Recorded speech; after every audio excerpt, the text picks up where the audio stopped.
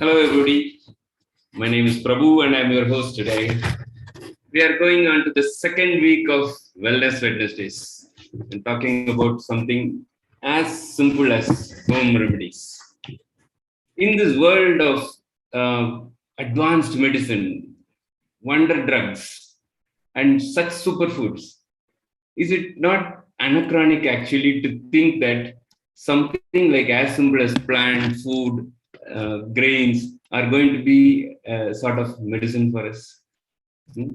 Is it really true, the statement that food is your medicine, else medicine becomes your food?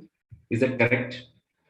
Today, we have Dr. Ankita Dhelia, and she is the president of the Sri Sri Tattva Center of Healing.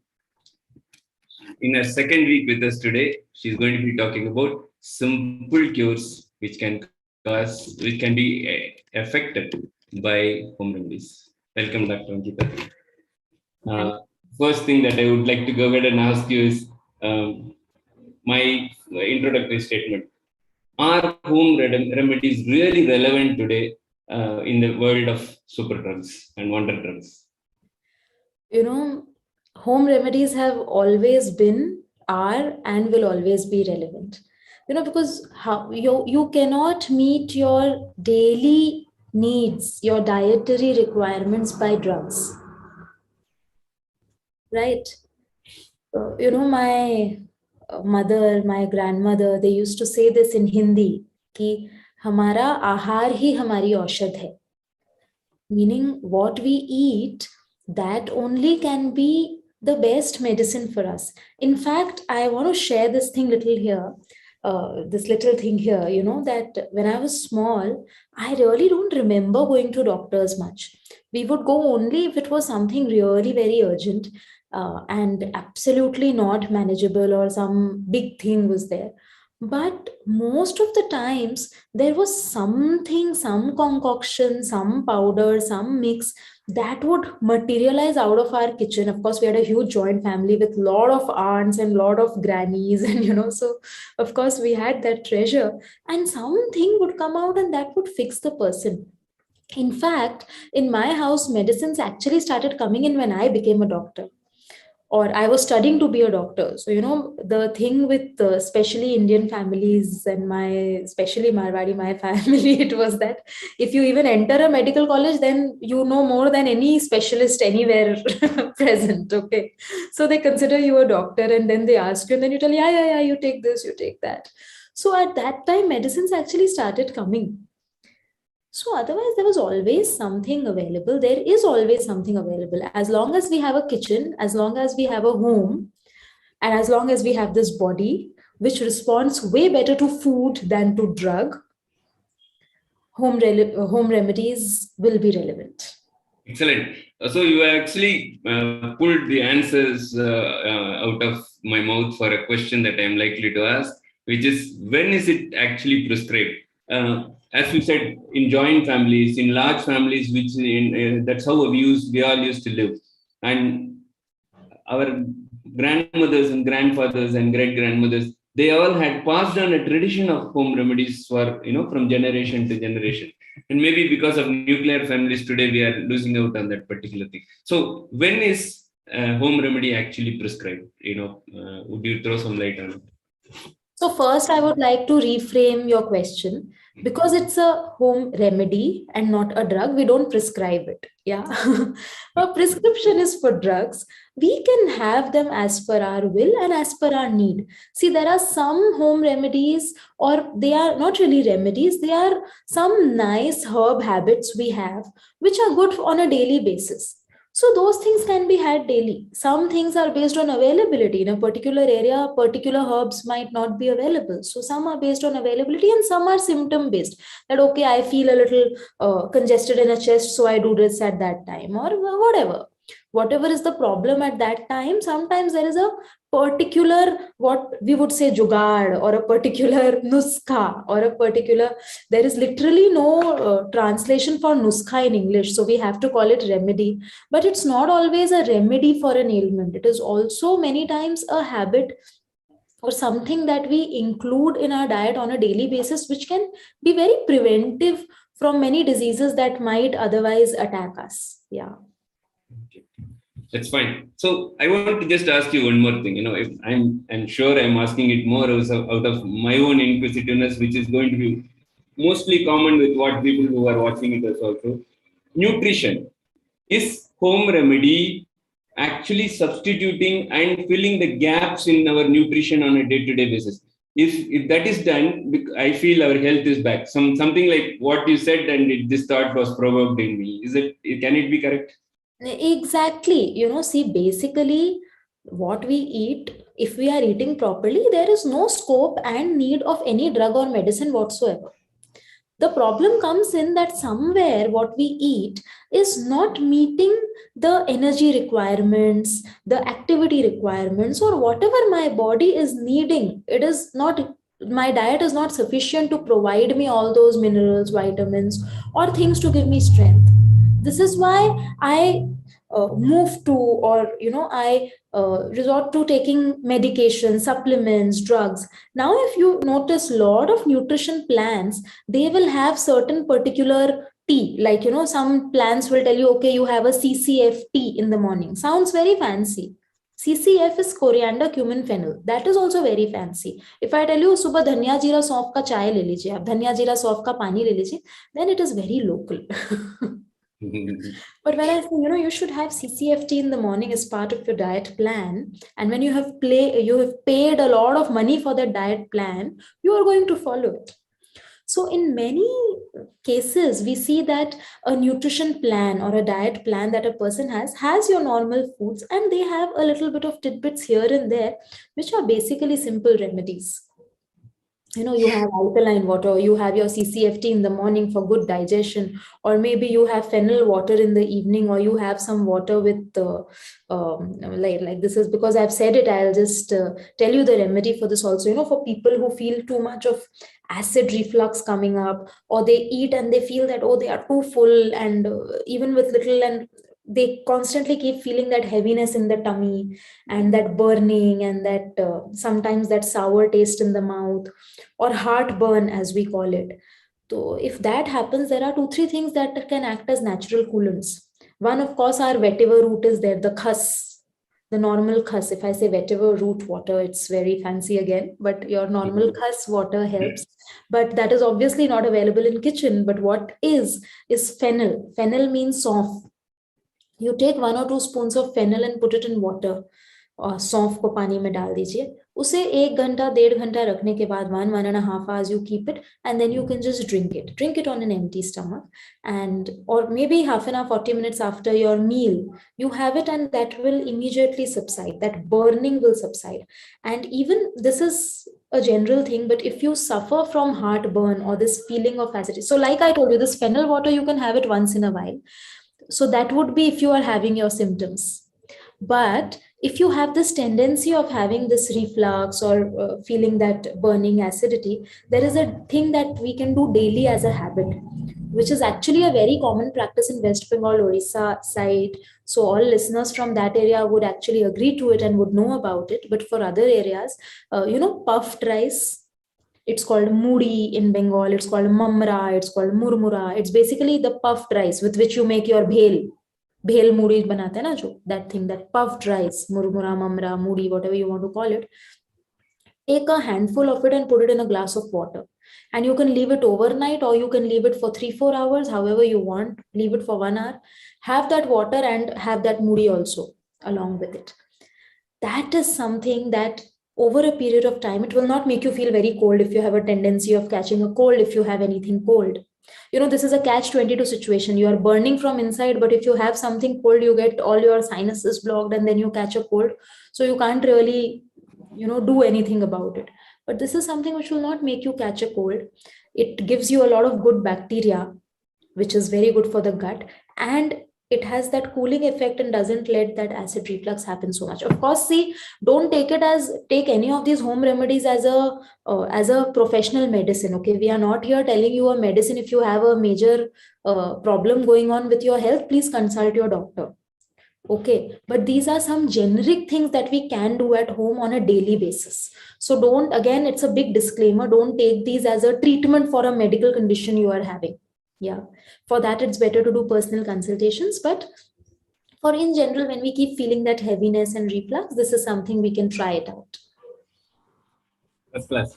So when you said CCFT, I was just reminded, Mera beta na, when I had to really tell him, have this lentil donut with a relish of coconut. उसको बोलेंगे वड़ा और चटनी काले खाने खाएगा नहीं. You had to give that kind of a hype around that particular activity. So your CCFT appealed to me like that. Okay, Dr. Ankita, I have one simple question.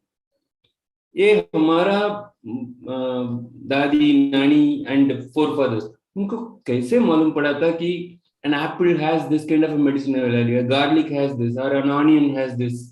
Where is it that they were able to locate a particular organ or a disease in the body or an ailment of the body to relate to that? In fact, modern medicine has only proven whatever they have gone ahead and been practicing all along. So just give us a small story behind this and how is it that people should relate to it? See, I don't really know, but what I feel, there are two things. One is they were very much in tune with nature. They were close to nature. We are not as much. There was a lot of going directly and touching the fruits and vegetables and buying it. You get a lot of signals, you get a lot of information in there. Now on a screen we do tuck tuck tuck tuck tuck, we buy, everything reaches home. We don't choose, we don't have the habit of feeling, okay, this is a good apple and this is not good. That habit of feeling the fruits, feeling the vegetables, seeing the grains. There is so much of processing. There was not too much processing. People would really recognize trees and see the benefit. I'll tell you something. I was in Coorg a month back or so, and there they showed us this little tree. It's the, if you find out, that's the state tree of Goa. I don't remember the name. It's the state tree of Goa. So it looks like it has some crocodile type scales. It's called crocodile tree type only. It has crocodile type scales on the bark. And the speciality is that if you dig it deep, it will throw water out of it. And because that is coming from the ground, it is absolutely groundwater, pure water, which can be drunk. So earlier, when hunters would go around and they couldn't find a water body, or animals would be around and they couldn't find a water body, they would look for this tree. They would just dig it a little with their beak or with the thing, and then they would drink that water and then just take a little bit of mud from there and cover that part, seal it, and it would start growing again. So it had scales on the side, like how reptiles have, which would give it an idea that it is a water conserving tree. So if we look at nature, nature gives us a lot of signals. If there is a plant that makes you itch, the plant that will be the counter for that will be growing around. This is called doctrine of signature, which means that if something is like walnut, if it is looking like a brain, it is good for your brain. So if that tree has scales outside, it is conserving water inside. If there is something that causes a particular problem in that area, I have the other trees that are the remedy for that ailment.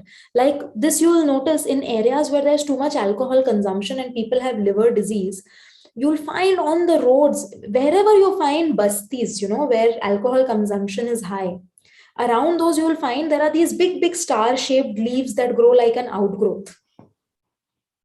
Castor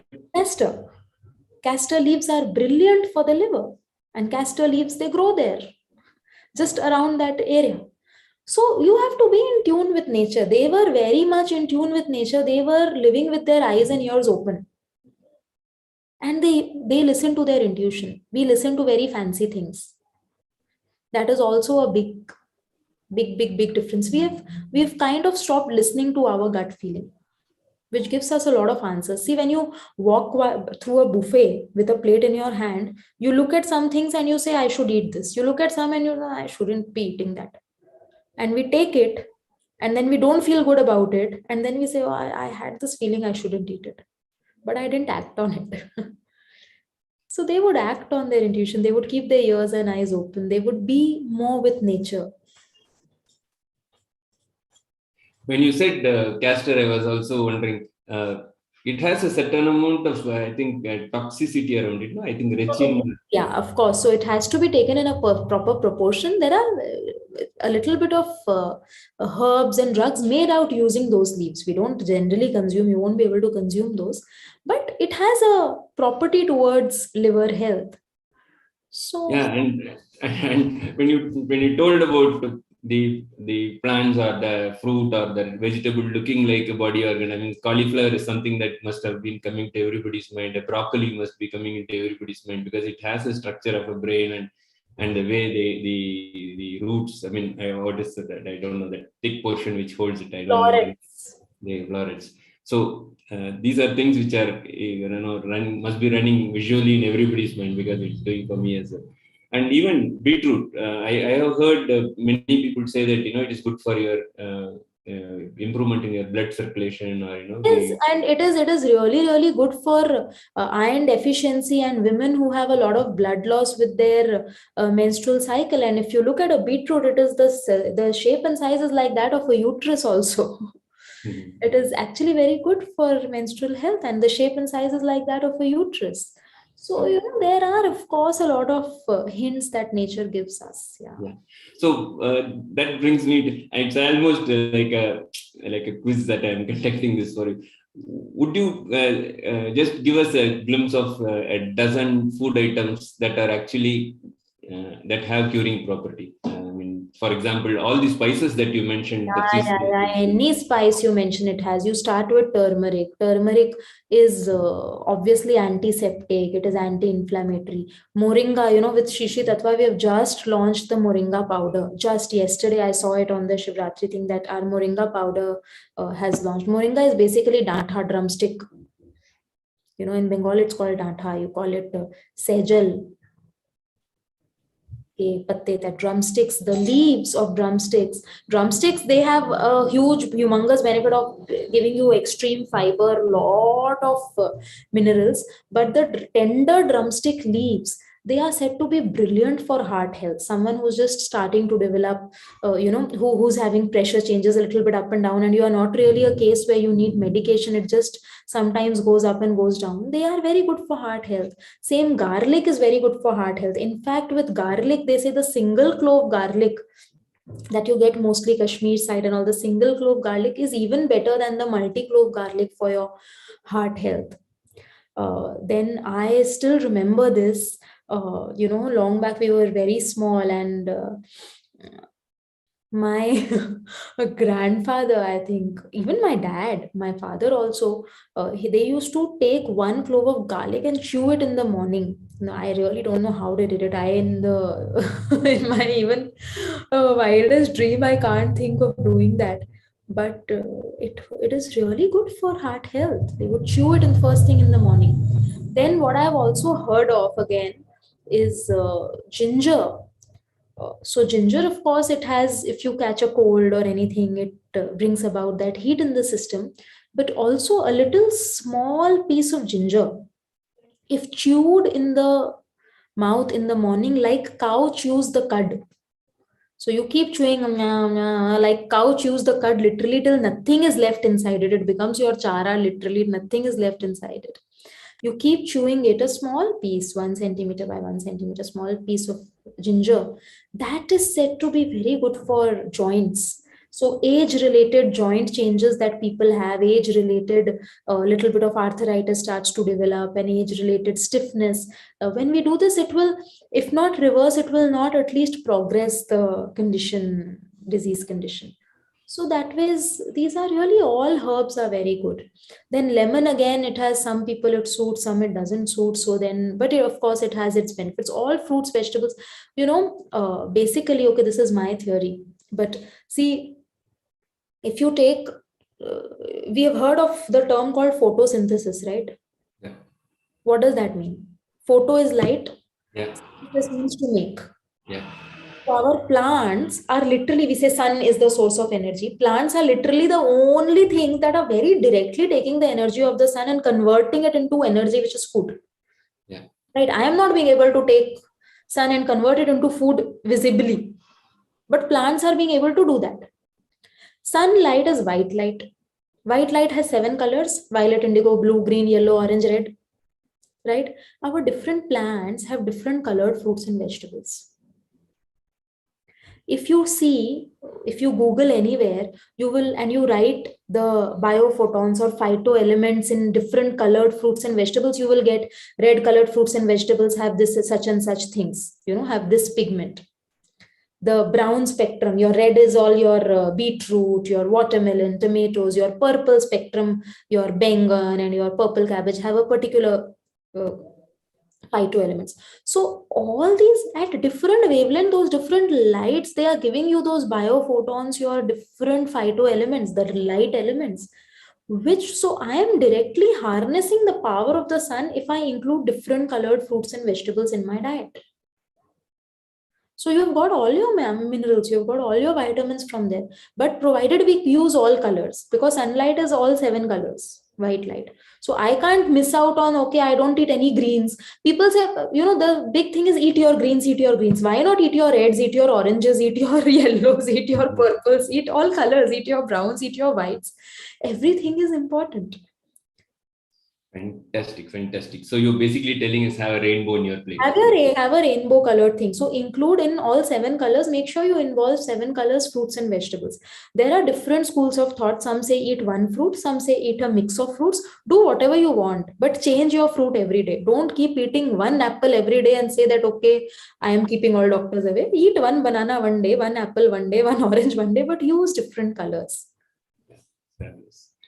So, Doctor, I just want to take our last few minutes before going to a Q&A session. I want to name about 5 normal day-to-day ailments that we could go ahead and have. And I would like you to suggest a remedy for that, like a common cold. I'll tell you. So I'll tell you a few things that, that have personally helped me and my family and friends a lot, which I have seen as making a difference. One is, I will tell you this because a lot of people are facing a lot of breathing difficulty or coming back to better breathing after catching a cold or after having gotten COVID or anything like that. So one, of course, you do your breathing exercise, pranayama, that is there. But something that really helps your chest is you take a little bit of mustard oil, sarso ka tel, mustard oil in a spoon small little bit. You can heat it over a candle also, or just heat a little bit of mustard oil in a katori and add a pinch of camphor to it. Camphor is karpoor. So sarso tel mein thoda karpoor daliye. Add a little pinch of camphor, just crush it in your mustard oil, in your little heated mustard oil. After it is heated, you add camphor. Take a little bit of it and rub it on your chest. Like nicely rub, you will, how you rub and you feel that heat coming. So rub it on the chest and even back. So in the night, you apply it and sleep off, and do it for 5-6 nights, just in the night. It really helps with the, to get back after a viral or to, if too many allergic breathing difficulties, it allows you to come back. Then another thing is, I don't think it's the correct season, but it's coming to my head. For a lot of people with season change who keep catching that seasonal cough and cold, you don't have that colored phlegm, you don't have an infection, but you keep having that bout of cough and cold. It comes and goes. I would say more susceptible to catch a cough and cold, especially in cold seasons. This is what a lot of people at home used to do. Even I have done it for some seasons. You take a little bit of peppercorn, 1 or 2 peppercorns, 1 or 2 are enough, and a little bit of khadi shakkar or tal mishri, rock sugar, little bit. Again, avoid it, of course, if you are very diabetic, but little bit of rock sugar or khadi shakkar, as we call it, tal mishri, it's called in eastern areas. Just mix those, and if you want, you can maybe take 1 or 2 tulsi. That's optional, and you just have it in the morning, first thing in the morning. When it is cold around, that the season is going to change, and you might just get a little bit of, or if you're in Bangalore has 4 seasons in a day. So it's, cold, hot, rain, everything happens in one day. So when okay, this weather or morning chills, or I get that little breeze makes me feel catch a cold, you can take this every day, which helps. Okay. Then, like I told you, Yeah. Go moon ahead, go ahead. and water thing. So like that, there are many. Yeah. Okay. I have one thing which I'm sure many of the women watchers today are going to love it. How to keep your face fresh through the day. Because I know people, women especially, spend a lot of money in parlors and various other I cosmetics. know, And here is but I'll tell you the secret to keep the face fresh in the day lies in the good sleep in the night. Do 10,000 things, but if you're not sleeping well, your face cannot be good. I was just telling you last night was Shivratri and I was up whole night. So I was just telling that, oh, I have all these, how whatever I do, I cannot hide my, the eyes will show. Your face cannot look great in the day if you're not sleeping well in the night. So more than any other thing, it is that, of course, we have put in a little video today on the Artofliving Insta and Facebook handle where we have shown a little few things you can do in the morning, which are again for a glowing face. But of course, there are, of course, a few things you can do. What I do is I keep a little bit of aloe vera gel. In that, I add a little bit of vitamin E capsule if you want to add. I add a pinch of kesar, saffron to it, and I keep it mixed. And sometimes I'll apply. But what I like to do most, and I'm lazy about it, but I still do it sometimes on Sundays, is I keep a little bit of powdered masoor dal. The masoor dal is the orange colored lentil, little bit. You can use any dal actually. So masoor dal, you can, if you don't know, can't find the orange lentil, just Google masoor, MASOOR, masoor dal, orange colored one. So I just dry powder it and keep it in a jar. I take a spoon of that, I add a little bit of milk to it, and I just mix it. And sometimes I add a little bit of crushed almonds to it, but that's absolutely optional, and a little bit of saffron, and I applied it on the face with rose water or milk. You can choose whatever suits your skin. And that, if you apply, it really allows a lot of darkness to go, tiredness to go, tan to go, keeps the skin good. A lot of us keep getting a little bit of dry patches here and there on the face. All those, they kind of go away with that. So yeah, these are two things. One is aloe vera with the saffron, and other is your masoor dal with a little bit of the powder. You can powder it and keep it for the month or 2-3 months, doesn't matter. Just take out 1 spoon, add milk, add a little bit of, if you want, you can even add besan, but not really needed. And apply. Fantastic. I mean, this is something, is as a subject, I feel we should probably take up another session, maybe in the forthcoming weeks. But there are lots of questions which are coming today. I would request. Maybe we can plan one of the Wednesdays with just these questions and we'll answer them. Yeah. So I will take about 2 or 3 of them. Then we will keep these questions in stock and then be able to direct it up together. Yeah. So you just answered one of them. Abhishek Agarwal and Poonam Vaish want to know home remedy for dark circles. So you just home remedy for dark circles. I shouldn't be talking about them because I do nothing about them and I have quite a lot. But there are quite a few. One is your what works very, very well is cucumber is a natural skin tone lightener. So wherever you have a dark patch and you put cucumber, it's a natural lightener over a period of time. So you can grate a little bit of cucumber. And when you grate, so don't put cucumber slices like this show. They will not work well. You grate the cucumber. When you grate the cucumber, that little thing that comes down, the grated cucumber, it has a lot of juice. In that, you dab a cotton and you put it on the eyes. That is one. If you have a long standing dark circle. If your eyes are looking dark just because you are tired, then the dark circle will go away by putting a tea bags, wet tea bags. Tea bag, normal chai ka bag, tea bag, just wet it and put it on your eyes for 5-10 minutes. And otherwise, you can even get into the habit of, instead of using your or after using your whatever makeup remover or whatever you do, put some rose water in a cotton and put it on the eyes. So these are few things you can try.